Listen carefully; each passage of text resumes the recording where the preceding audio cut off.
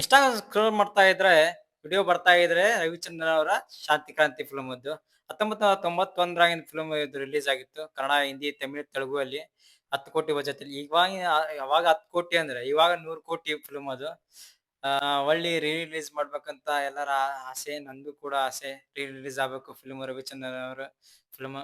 ಅದೊಂದು ಶಾರ್ಟ್ ಹಾಕ್ತೀನಿ, ವಿಡಿಯೋ ಹಾಕ್ತೀನಿ, ನೋಡ್ಕೊಂಡ್ ಬನ್ನಿ ವಿಡಿಯೋನ. ಇವರೆಲ್ಲ ನನ್ನ ಆಸ್ತಿ.